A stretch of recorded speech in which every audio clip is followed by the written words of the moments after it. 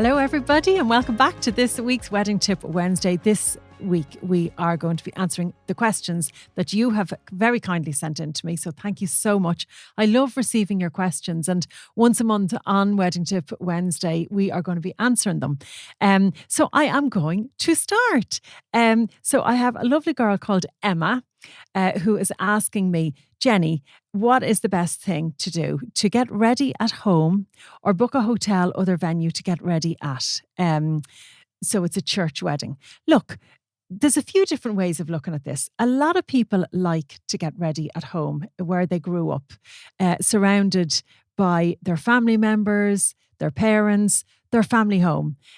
Because I suppose really that's, like, it's kind of the last time they're leaving the family home as a single person. And they love that thought of getting ready at home. And there's a few things to consider if you do want to get ready at home.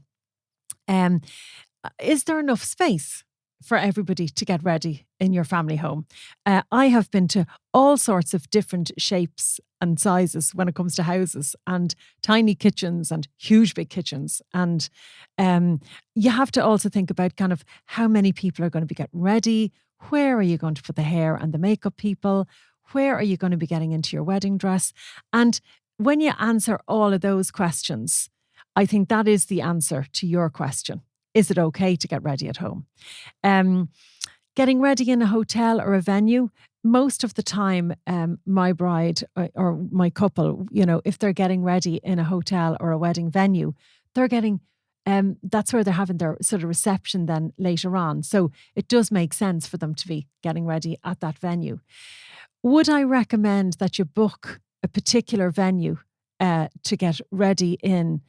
A venue that you're not getting married in, unless, say, for example, your family home is somewhere down the country and you are getting married somewhere else in the country that's too far away from the family home, and the hotel, or the wedding venue doesn't have the facility to allow you get ready there on the morning, then it does make sense to book a different venue to get ready in.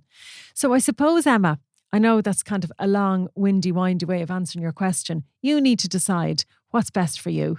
Is your family home okay? Is there enough space for you all to get ready?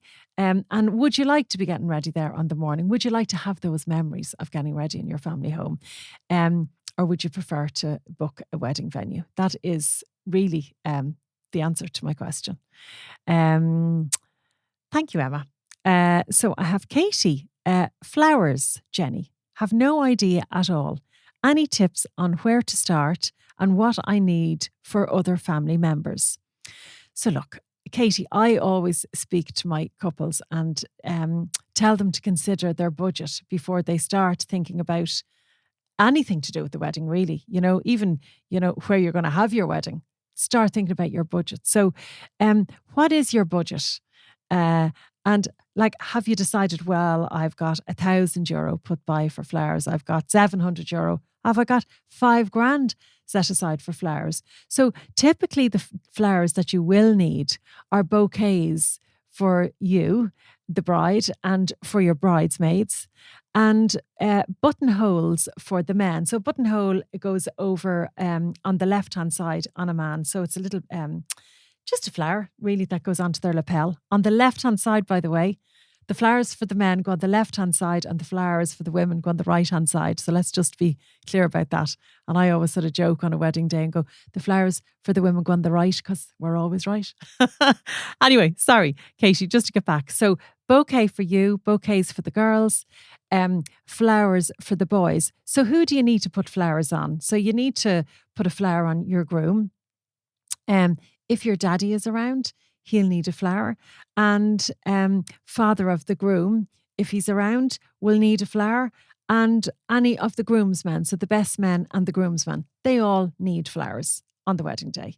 Now, when I say they need flowers, very, very, very rarely, I'd say 5 times in all the times I have been photographing weddings, have I had a case where the grooms and the groomsmen don't have flowers on their lapel, but it's very, very, very rare. Where else do you need flowers on the wedding day? Some people like to decorate the church and they would have sort of pew ends all the way up the aisle. for decoration. And they might have, you know, lanterns of flowers and all that kind of malarkey around the altar. And they would have their unity candle in flowers on the altar as well. Not everyone does that. So what do you need? I mean, when it comes to your unity candles, if you're having a church ceremony or if you're having unity candles at a civil ceremony, it is sometimes nice to have flowers around them. But my son got married last June. We didn't have flowers, as far as I remember, around the unity candles. I have to double check that. But sometimes I would just see, you know, the main unity candle being the middle wedding candle that you light when you're both married, and you'll have two single unity candles. Sometimes I just see those in really nice glass candle holders. So if you've got like candle holders at home that will suit your unity candles, use those. Just, you know, I always sort of say this, and I'm such a lover of flowers and I think they look absolutely amazing. But if your budget doesn't allow you to decorate the church and to decorate your venue, have a look to see what your venue will do in terms of where you're having your reception. So a lot of venues will provide some sort of flowers for the middle of your tables, which, you know, I would definitely go and ask them what is it that they provide. And if that's not enough for you and you feel you need more, well, then have a look to see what your budget is going to be like and what you can afford to put into the day. But it's not essential. And Katie, sometimes, you know, we spend money on stuff that we don't need. So think about what you really want for your wedding. And if flowers is a big thing for you, after the bouquets and the buttonholes and all that, then just decide on how much you have to spend. Okay. Thank you, Katie. So I have one from Ruth here. Can you recommend a steamer? Yes, I can. For dresses for the morning of the wedding, please. Now, if I had a cent for every time I answer this question, I think I would be very rich. What steamer do I recommend? Now, I don't get commission out of this. I should really contact the company and go, hello, the reason why you're selling all those steamers is because I use a steamer at all of my weddings, and it's called the Verti Steam Pro. That's VERTI, Verti Steam Pro. And what I love about that steamer is that it comes as a steamer, you know, but it also has like a pad that goes onto where the steam comes out. And what that pad does is it sort of protects the dress from the water that comes out of the steaming part. And I can use that on any dress. I've used it on every dress. I have steamed suits. I have steamed ties for men, wedding dresses, bridesmaids' dresses, mother of the groom, mother of the bride. I use it all the time. And that's the steamer I recommend. I don't recommend any other steamer simply because I haven't used them. I have seen steamers being used in my studio when I'm doing big, huge commercial shoots. You know, I remember doing Dancing with the Stars there a couple of years ago. I was doing all the photography for that. And we had a stylist in and she had a steamer. And I'm going, oh, geez, I need my steamer. Oh, God, oh, God. Because she had a steamer and it didn't have that pad on it.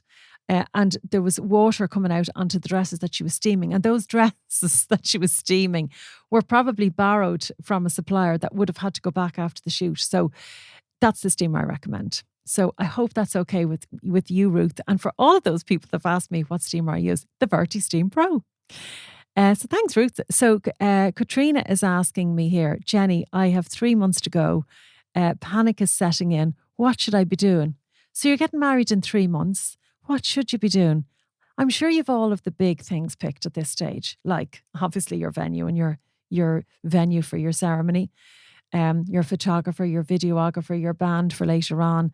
Have you had your tasting? Have you organised your flowers? Have you gone on your hen? Don't panic. You see, the thing is, you know, when it comes to your wedding day, a lot of people panic and they start getting stressed. And I would suggest that you don't get stressed about the small things. And I know that sounds very easy coming from me because I'm in the wedding industry and there's nothing I don't know about weddings. But try not to get stressed. Try and remember that this day is going to be your day. You're going to be surrounded on the day with the people that you absolutely love. Otherwise, they wouldn't be going to your wedding, hopefully.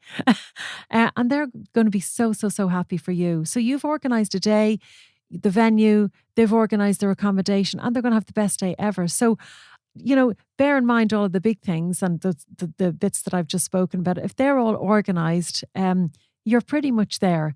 I'm sure you're going for your dress fittings, foundation underwear for underneath your wedding dress. Don't forget to get that done or bought. I highly recommend Sinead Sanderson from Peaches and Cream for that. The suits, shoes, all those kind of things, and a bag of tricks on the day. I'll talk about this for a second. I always have like a bag of tricks, I call it. And I've also got a suitcase in my boot as well with more stuff in it. But what I would have in my camera bag on the day would be like a little bag. And I've spoken about this before. So if you haven't heard, I'm going to say it again. And what do I have in it? I always have a scissors. It's my number one go-to thing on a wedding day. If I was to bring nothing else other than my camera gear, if I was to bring nothing else besides that, it would be a scissors. You will always, always need a scissors on the morning of a wedding because everyone needs one. The tags that come out of your wedding dress, they need to be cut off. Just have a scissors on the day. Other things I have in the bag of tricks would be like a mini-sized deodorant, one that doesn't leave white marks underneath your arm, a spray deodorant. I always recommend a spray deodorant on the morning of a wedding because it gets rid of the sweat. Hopefully the sweat won't be there. You'll have had a shower. But I don't like roll-ons personally. I don't like that wet, sticky feeling underneath my arm. I just like a spray just to get rid of it all. One that doesn't leave white marks. Other stuff that I have in the bag of tricks, like a small little thing of hairspray, a comb. An awful lot of my girls have Hollywood waves put into their hair. So I have a comb to sort of brush through the hair later on in the day. Plasters, double-sided sticky tape for underneath your bra or underneath your dress. I would carry antihistamines, Panadol, small little thing of baby wipes. I have a small little thing of gel just in case I need it for the boys. I've so much in that bag of tricks, but that's my bag of tricks. And that might sort of give you a little bit of inspiration as to kind of what you'd like to bring in your little bag of tricks. And all those little items that you have in the bag of tricks, you'll use them again. So hopefully, Katrina, I've put you at ease and you can take a big deep breath and go, I'm not stressed anymore. Ali, your must-have wedding shot. Is it weird to steal a kiss with new hubby walking down the aisle? Absolutely not. I'd be throwing the leg over him. You're married, you're allowed. No, don't do that. Your must-have wedding shot. I get asked questions about wedding photographs on every single Zoom call I'd say that I ever do. And I also ask my couple about have they seen wedding photographs that were taken in the venue they're getting married in that they'd like to have repeated? Because I am not precious when it comes to my work and my wedding photography. If I feel that I can please my couple with, by taking a photograph that they've seen that somebody else has taken, I won't replicate it, but I'll give them my version of that.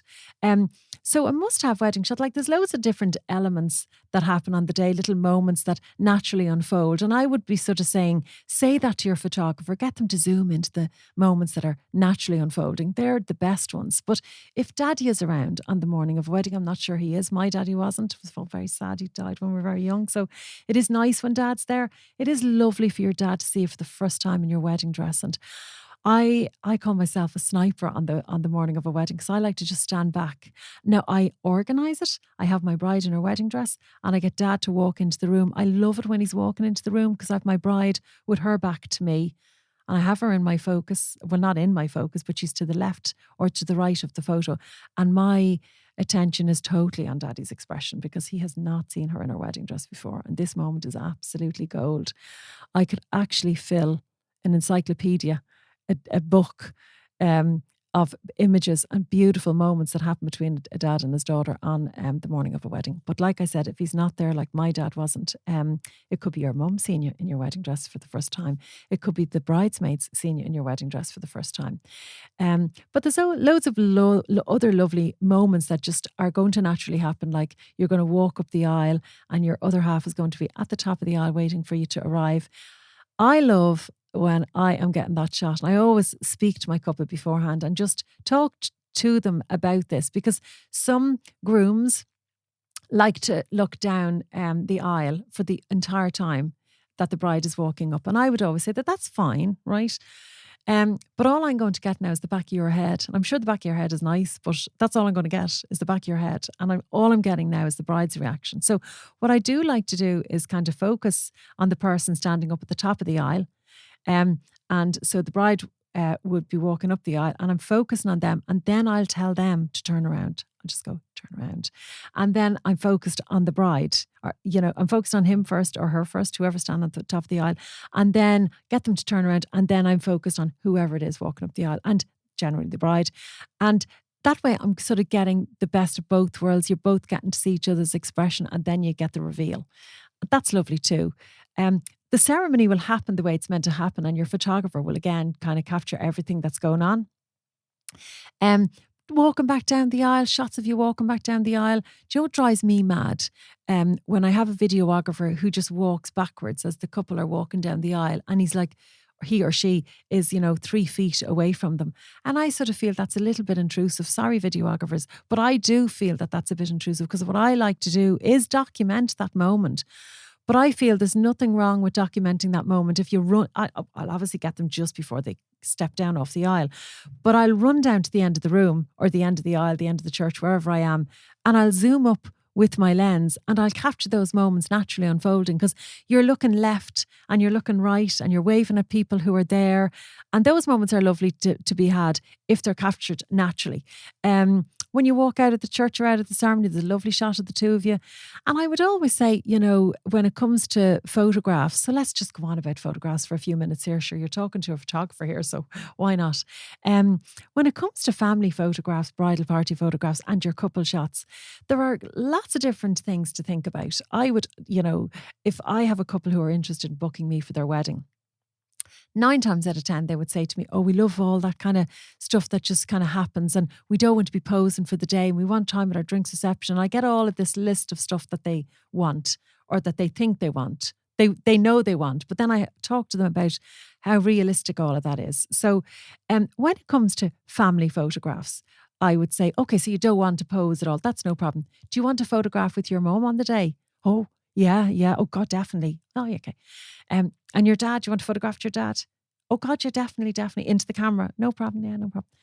That's your mum and dad. And what about your siblings? Would you like a photograph of your sibling? Oh, God, yeah, absolutely. Yeah. And would you like your mum and dad in that photo? Oh, God, I'd love a family photo. Would you? And what about your siblings with their partners, and if they have children? Oh, absolutely. Sure, I love my sister-in-law, love my brother-in-law, my nieces and nephews, definitely. Okay, and you want your husband in that.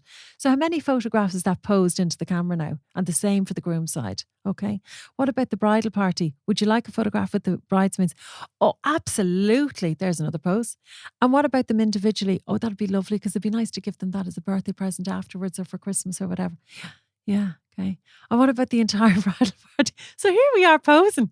And I don't want to pose, and I don't want to be posing, and I want loads of time at my drinks reception. So what I would do then is come up with a plan. And your shot list on your wedding day is probably one of the most important tips and things that, I suppose bits of information that I can give you right now is that you do need a shot list on your wedding day. And I'm probably going to have loads of photographers going, no, I'm not talking about all the other shots that they want later on. Like photographs later on in the evening with you and your friends, and you with your auntie, and you with your uncle, and you with your this, and you don't need a photograph with every single person at the wedding. But your family are very important. Like, for example, I had a bride say to me recently, she came into my studio with her new baba, and I love to ask them, how did the rest of the wedding day go? How did it go when I went? And if you could go back, would you change anything? I love to hear that, because then that's kind of information for me, and it's how I can grow my business and make sure that I can please everyone. I'm a real pleaser. I like to make sure that everybody's happy, and if they're not happy, oh God, I'm not out for that. But anyway, one of the things she did say to me was, I suppose the only photograph, Jenny, that I'm missing is just one with me and my brother. And I said, oh, just you and your brother. And I kind of knew what had happened. So I would always photograph my bride with her bridesmaids. And then I would always photograph my bride with each of her bridesmaids, because I think that's lovely too, because they all have like individual jobs on the day.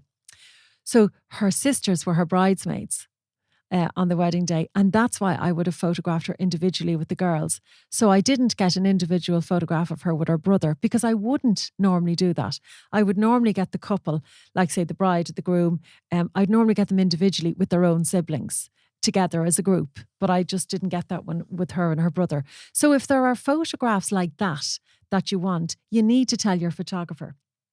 Um, and with your bridal party, and then your couple shot. So that's the way I would always do it. I would always photograph my couple with their families. Then I would photograph my couple with their bridal party, and then I would take my couple away. And the reason why I do it like that is because, they have so many people around them. They're after walking them down the aisle, probably doing a meet and greet at the door of the church.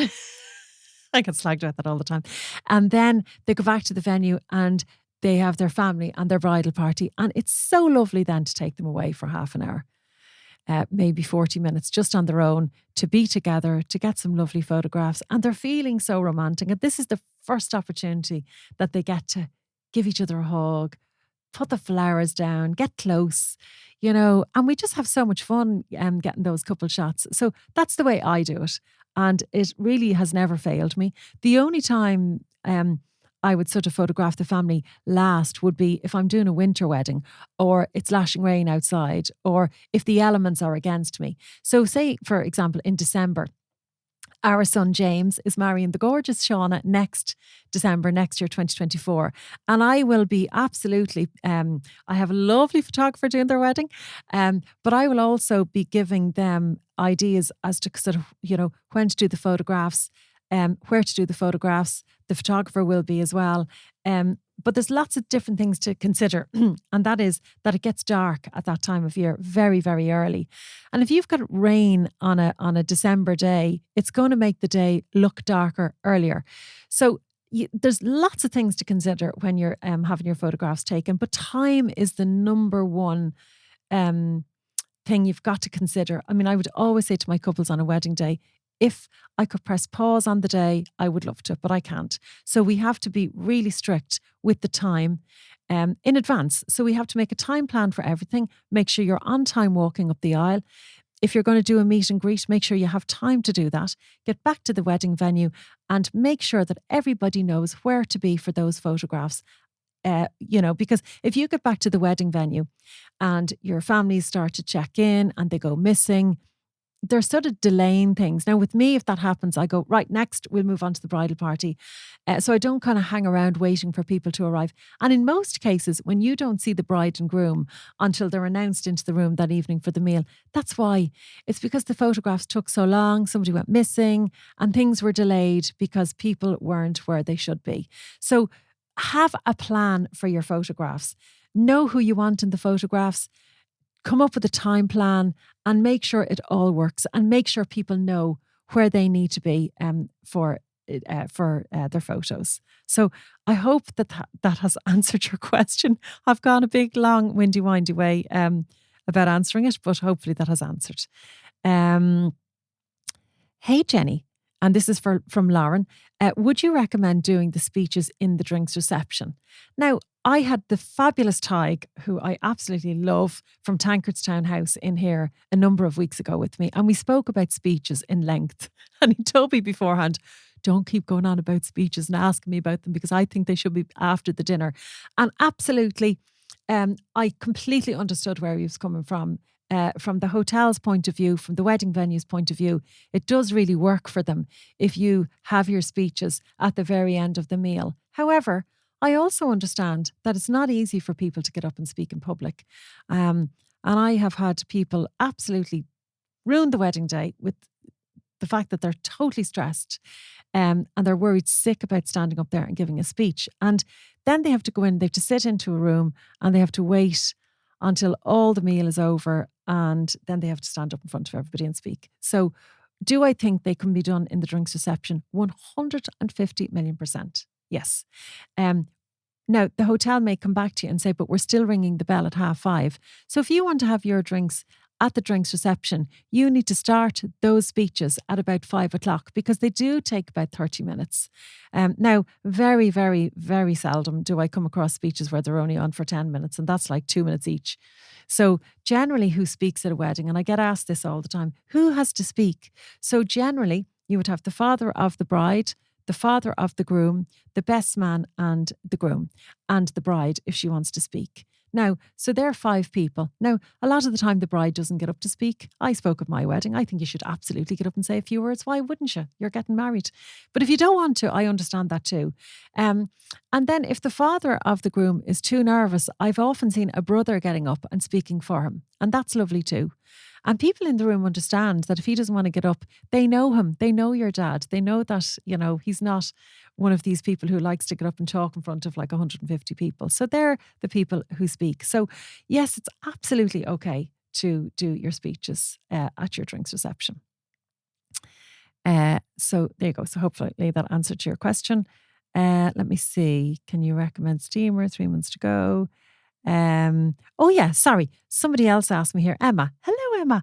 Mother of the bride and mother of the groom outfits. Jenny, where are we going to go and what should they be wearing? So there's lots of questions there. Emma, so I would always suggest, first of all, when it comes to the mother of the bride and the mother of the groom outfit, there's all sorts of traditions that used to be out there that you used to have to wear pastel colours, that the bride and groom, the bride's mother, the groom's mother shouldn't be in the same colour. Well, probably not, ask each other what colour you're wearing. Is there any sort of a colour palette on the day? Now, you don't have to go down the route of having a colour palette. Please don't start thinking, oh God, the bridesmaids' dresses have to match the groom's tie and all that business. You don't have to do that. But have you gone for some sort of a colour scheme? So think about the bridesmaids' dresses. So say if the bridesmaids' dresses are like a nice shade of kind of sage green, you're not going to put a clashing colour with those bridesmaids' dresses. So maybe talk to the mums and say, look, this is the colour of the bridesmaids' dresses. And what colour suits the mum of the groom and the mum of the bride? So there are certain colours that just wouldn't suit me. Like lemon colour isn't great with me because I've blonde hair, but lemon colour would be lovely with somebody who has dark hair. And then just kind of think of what sort of colours suit you. What sort of styles do your mums like? So again, I'll just go back to my own son's wedding. It was back in June of last year. And I didn't want to go out and get that sort of typical mother of the groom or mother of the groom, but that mother of the look, because what style do I have? My body shape is very important as well when it comes to picking an outfit. So I would be sort of like a size 10 on top and a size 12 on the bottom. So it's very difficult for me to pick a dress that's going to fit me because I'm two bloody different sizes. So generally I would have to go with a top and a bottom or a dress that's fitted in here at the waist and goes out, which is what I had to do with my own wedding dress. I thought, I'm not going for one of those dresses that goes right out. I don't want to be mutton dressed as lamb. And that's what I ended up going for because it fit my body shape well. So I did the same for my son's wedding. I'm absolutely going to say this out loud. I gave myself an afternoon to go out and pick up something for my son's wedding. Now, wouldn't you think I'd know better? I went into town with Martin. I have 3 hours to do this, no problem. And I did it, but it was very stressful. So I don't recommend that anybody does that. Make a day of it, make a weekend of it, go and visit a few different shops. But I found the dress that I liked. So that's what I did. I went for a dress, which was quite nice. And it did go in at the waist and it went down and it was sort of 3/4 length. So it went down below my knee. It was in between sort of, my knee and my ankle. So it was a nice length and I loved it and I felt very glamorous in it. So think about the colour palette. If there's a colour palette, think about the bridesmaids' dresses.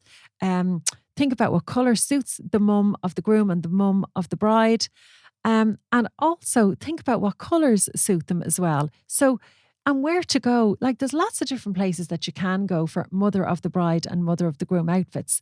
And if I could mention 55 million shops here and now, but if you do a Google, you'll find them.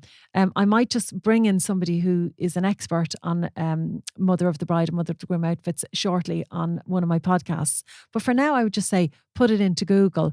But please bear in mind all of those tips that I've just given you about mother of the groom, mother of the bride outfits, because they're really important. And those two people are very, very important people to have around you on your wedding day. And coming up to the wedding day itself, because they do give you lots of help. And take the help, take the advice. Some of it might be too much.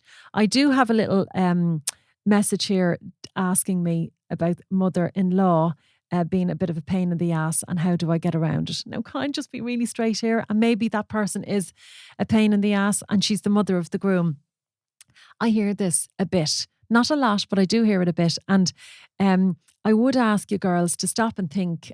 You may not love your husband's mother or your other half's mother, right? But her son is getting married as well as you know, so there's an awful lot of talk about mother of the bride. I believe that the mother of the groom is as important as the mother of the bride. And there you have it. I'm just giving you my opinion. Her child is also getting married, and that is her child. He will always be her child. So include her as much as you can. She might drive you up the wall and back down again, but include her as much as you can. Like, you don't have to bring her for the wedding dress, shopping if you don't want to, but there's lots of other stuff that you can include her in. And please, please, please bear that in mind, and think about your husband to be as well. Think about how he would feel if you included his mum. So that's my opinions. They're my tips. They're my answers to your questions. Thank you so much for sending me in your questions. Like I said, I'm doing this once a month, and I'll put out another call in a few weeks' time for more questions to be sent in to me. But for now, thank you so much for joining me today.